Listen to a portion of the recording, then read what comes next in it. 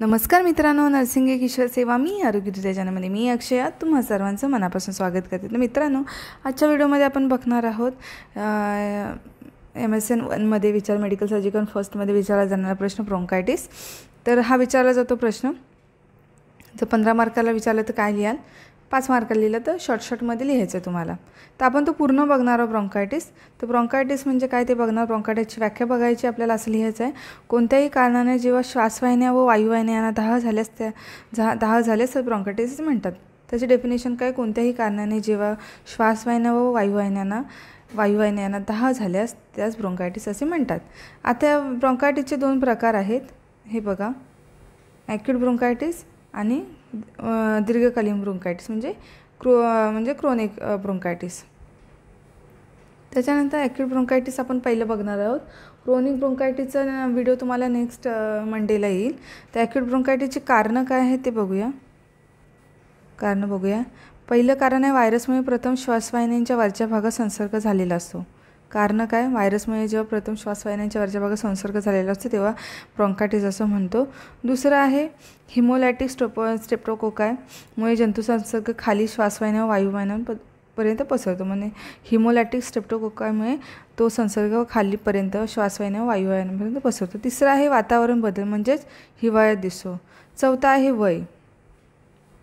हा वयस्कर लोक ज्यांना म्हणजे छातीचे रोग आहेत व दीर्घकालीन आहेत अशा लोकांमध्ये आढळतो। व लहान मुलांना गोवर, इन्फ्लुएन्झा व डांग्या खोका अशा लोकांना म्हणजे वयातल्या लोकांना आढळतो। त्याच्यानंतर ॲलर्जीमुळे देखील ब्रोंकायटिस होऊ शकतो। तर ही कारणं तुम्हाला लिहायचे। त्याच्यानंतर पॅथॉफिजिओलॉजी बघूया ह्याची। पॅथॉफिजिओलॉजी बघूया आपण ह्याची। श्वासवाहिन्यांना दाह निर्माण झाल्यामुळे त्या ठिकाणी दाहाची चिन्हे व लक्षणे निर्माण होतात। ओके। त्याच्यानंतर दुसरं आहे, श्वासवाहिन्यांमध्ये म्युकसची निर्मिती जास्त होऊन जंतूंचा अटकाव होतो। तुम्हाला पॅथॉफिजिओलॉजी कारणे अशा प्रकारे प्रश्न लिहायचा आहे। त्याच्यानंतर आहे खोक्याच्या प्रतिक्रियेद्वारे खोकला येऊन स्फुटम व जंतू बाहेर टाकले जातात। चौथा आहे श्वासवाहिन्यांना सूज येते व ब्रोंकायटिस होतो। अशा प्रकारे तुम्हाला पॅथॉफिजिओलॉजी लिहायचे। त्याच्यानंतर इन्फेक्शन असं तुम्ही ॲरो करून लिहा। रेस्पिरेटरी ट्रॅक, त्याच्यानंतर ॲक्युमुलेशन ऑफ म्युकस आणि ब्रोंकायटिस। तर तुम्ही अशा प्रकारे ॲरो करून पण लिहू शकता। पॅथॉफिजिओलॉजी हे अशा प्रकारे आहे, ठीक आहे। त्याच्यानंतर चिन्हे लक्षणे ॲक्यूट ब्रोंकायटिसची काय आहे ते आपण बघणार आहोत। पहिलं आहे, याची सुरुवात अचानक होते। म्हणजे याची सुरुवात कशी होते, अचानक होते। ताप असतो, डोके दुखणे, भूक मंदावते, प्रथम कोरडा खोका असतो, नंतर त्या खोक्यातून पातळ थुंकी पडू लागते। 6वा आहे व खूप दिवस झाल्यानंतर पिवळे बडके पडू लागतात। 7वा आहे, श्वासोच्छ्वासाची गती वाढलेली असते, श्वास घेण्यास व सोडण्यास त्रास होतो, खंजिराच्या हाडामध्ये वेदना होतात कारण श्वासवाहिनिकेला दाह झालेला असतो। खंजिराच्या हाडामध्ये वेदना होतात, ताप, कोरडा खोका, डोके दुखणे, भूक मंदावणे ही बेसिक कारणं आहेत ती तुम्हाला लिहायची आहे। त्याच्यानंतर आहे, जिथे गच्च किंवा म्हणजे खंजिराच्या हाडामध्ये जिथे स्टर्नममध्ये वेदना होतात तिथे गच्च आवळल्यासारखं होतं। त्याच्यानंतर छातीची जेव्हा स्टेथोस्कोपच्या सहाय्याने जेव्हा आपण तपासतो तेव्हा रोंकाय असा आवाज ऐकू येतो, उच्छ्वासाला आवाज असतो। तर अशा प्रकारे चिन्ह लक्षणे आहेत। औषध उपचार व पारिचारिक उपचार याच्यावरती आपण काय करायचं आहे, तर रुग्णास ताप असेपर्यंत झोपवून ठेवावे। रुग्णास ताप असेल तोपर्यंत झोपून ठेवायचं आहे। त्याच्यानंतर हवेशीर ठिकाणी कॉट द्यावी, प्रत्यक्ष वाऱ्याचा झोत अंगावर येणार नाही याकडे लक्ष द्यायचं आहे। त्याच्यानंतर आहे, गरम पाण्याच्या पिशवीने किंवा घरी कपड्याच्या घडीने छाती शेकावी। गरम पाण्याच्या पिशवीने किंवा घरी कपड्याच्या पिशवीने छाती शेकवायची आहे। त्याच्यानंतर 5वा आहे, म्हणजे 4था आहे, साधा किंवा बेंझोनचा वाफारा द्यावा।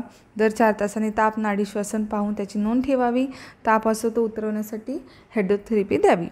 त्याच्यानंतर 7वा आहे, रुग्णास भरपूर पेय पिण्यास द्यावे, हलका आहार द्यावा। 8वा आहे, ॲस्पिरिनची किंवा ACPच्या गोळ्या तपासासाठी, अंगदुखी कमी होण्यासाठी पॅरासिटामॉल वगैरे ज्या टॅब्लेट येतात त्या द्यायच्या आहेत। त्याच्यानंतर गोळ्या तापासाठी, अंगदुखी कमी होण्यासाठी उपयोगी ठरतात ह्या गोळ्या। त्याच्यानंतर 9वा आहे, श्वासवाहिन्या रुंदावून आतील स्फुटम खोक्यातून बाहेर पडावेत म्हणून साल्ब्युटामॉल किंवा यासारखी औषधे जी असतात, टेट्राब्रुलाइन यासारखी जी औषधं असतात ती द्यावी लागतात। गंभीर अवस्थेमध्ये स्टिरॉइड्स देतात। स्टिरॉइड म्हणजे काय आलं ना, स्टिरॉइड जे असतात ते देतात। त्याच्यानंतर 10वा आहे, स्फुटम बाहेर पडून छाती रिकामी होण्यासाठी एक्सपेक्टोरंट हे औषध द्यावे लागते। 11वा आहे पेनिसिलिनसारखे अँटीबायोटिक सुरू करावे किंवा हेमॉक्सिलिन म्हणजे 250 ते 500 मिलीग्राम दर 6 तासाने अँटीबायोटिक चालू करावे लागतात आणि ते द्यावे लागतात. त्याच्यानंतर आहे रुग्ण बिछाना झोपूनच असो म्हणून सर्व दैनंदिन परिचर्या रुग्णालयाची बिछान्यात करावी. उदाहरणार्थ रोजच्या रोज स्वच्छ कोरडा नीटनेटका बिछाना करावा. रोजच्या रोज गरम पाण्याने अंग पुसावे. दर 4 तासांनी पाठीची काळजी घ्यावी म्हणजे बेडसोरा होऊ नये म्हणून आपण काळजी घेतो. त्याच्यानंतर दर 4 तासांनी तोंडाची स्वच्छता, औषधं वेळच्या वेळी योग्य प्रमाणात द्यायची. आहार योग्य प्रमाणात वेळच्या वेळी द्यावा. लघवी व शौच होते की नाही ते पाहायचं आहे.